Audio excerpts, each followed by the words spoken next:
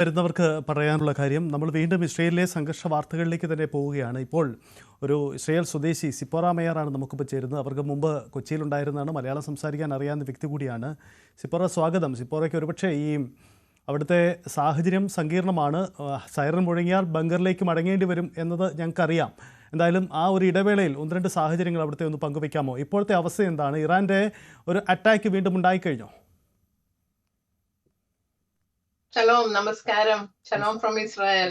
Yeah. 10 ദിവസം മുമ്പ് തുടങ്ങിയ ഇറാൻ-ഇസ്രായേൽ വാർ ഇപ്പൊ ഇന്നലെ രാത്രിത്തെ അമേരിക്കയുടെ അറ്റാക്ക് കൊണ്ട് ശേഷം കൂടുതൽ intensive ആയിട്ടിരിക്കുന്നതാണ്. Thank God, we are thankful to President Trump for his standing strongly with Israel. Iran is trying to annihilate Israel and the Jewish people. അപ്പൊ അതിനുവേണ്ടി അങ്ങനെയുള്ള അതിന്റെ ഫൈറ്റാണ് നമ്മൾ ഇപ്പൊ നടക്കൊണ്ടിരിക്കുന്നത്. ഞങ്ങള് ഇന്ന് കാലത്ത് after effect of this attack ഞങ്ങൾ ഇറാൻ ഒരു ഏകദേശം 30 ബലിസ്റ്റിക് മിസൈൽസ് ഇസ്രായേലിനായിട്ട് അയച്ചു. Almost all of them intercepted, but sharpness fell many parts of the country. അത് കുറച്ച് ഡാമേജ് ഉണ്ടായിട്ടുണ്ട്. I will thank God, no harm to the people. കുറച്ച് injuries ഉള്ള കുറച്ച് ബിൽഡിങ്സ് ഒക്കെ പോയിട്ടുണ്ട്. ഞങ്ങളുടെ വളരെ അടുത്തുള്ള ഒരു സിറ്റിയിൽ വീണിട്ടുണ്ട്. അന്ന് പോകുമ്പോ ഭയങ്കരമായിട്ട് ഞങ്ങൾ ഷെൽട്ടറിലാണ്, എന്നാലും കേൾക്കാം, ഈ സൗണ്ട് മുഴുവനും കേൾക്കാം. വി ആർ അന്നേരം അത് മുഴുവൻ കഴിയാതെ ഞങ്ങളോട് പുറത്തിറങ്ങാൻ ഞങ്ങൾക്ക് we get the alert before and after the alert to get prepared, and afterwards all clear signal. Only then after half an hour only we came out. Thank God. Just hope it will be over. I don't think so, okay. But there might be more attacks, and we are prepared for that. We are told to be close to this thing shelter and close to our phones all the time. ഇന്ന് സ്കൂളും ഒന്നും ഇല്ല, എല്ലാം close, എല്ലാം 10 ദിവസമായിട്ട് സ്കൂളുകളില്ല. പക്ഷെ കഴിഞ്ഞ ആഴ്ചയിൽ കുറച്ച് കൂടുതൽ ലിമിറ്റേഷൻ ഓവർ ചെയ്തിട്ടുണ്ട്. പക്ഷെ ഇത് ഇന്ന് മോർ സ്ട്രിക്റ്റർ ഇൻസ്ട്രക്ഷൻസ് ആണ്. ഒട്ടും പുറത്തോട്ട് പോകാൻ പാടില്ല. Even only emergency cases only.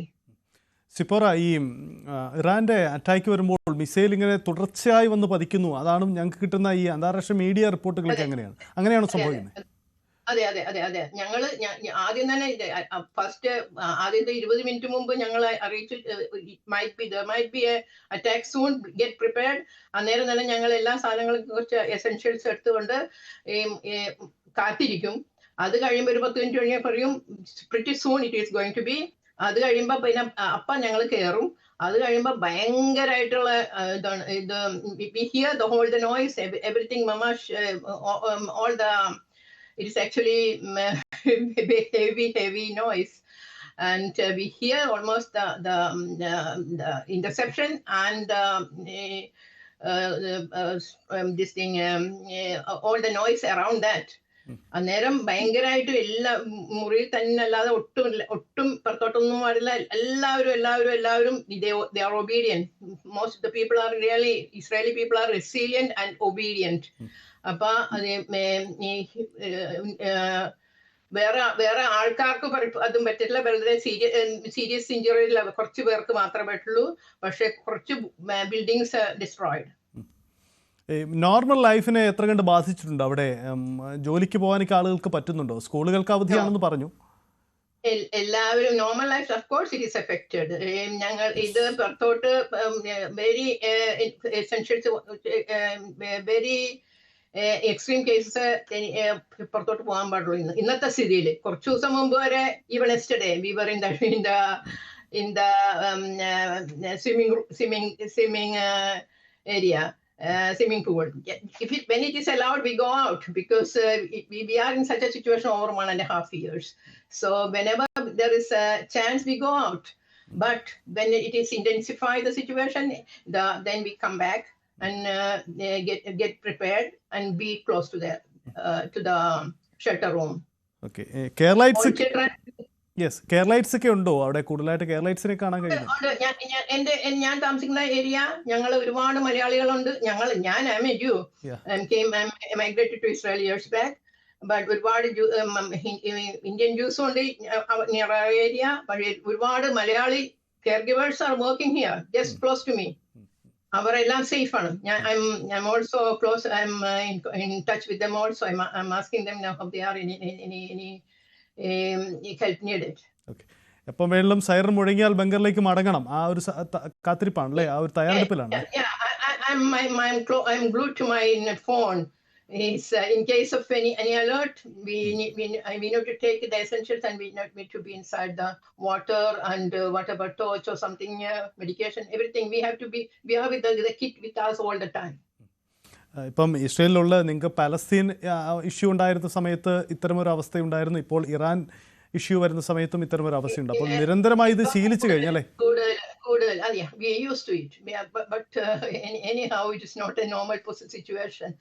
We are used to it, but all the years we are going through this situation. But ഇവർക്ക് ഇറാനിലേത് വളരെ കൂടുതൽ ഇന്റൻസിഫൈ അറ്റാക്ക് ആണ്. They are launching a barrage of 30-40 at a time. So such a time, so chelapa almost all intercepted by the system, but ചിലത് കുറച്ച് വീണു. അത് കൂടാതെ sharpness വീഴും. അതിന്റെ ഡാമേജ് ഉണ്ട്. പക്ഷേ thank God so far today it's okay. But again V are very alert, very alert. Yes, വളരെ നന്ദി. അവിടെ പ്രതികരിച്ചത് എന്തായാലും മലയാളിയാണ്. അവിടെ ഇവിടുന്ന് മടങ്ങിപ്പോയതാണ്. നമ്മുടെ കൊച്ചിയിൽ നിന്ന് അങ്ങോട്ട്. Prayers to God. The war will be over for the sake of all. Thank you for inviting. തീർച്ചയായിട്ടും സുരക്ഷിതമായിരിക്കും. Thank you. Shalom and namaste to all. Thank you.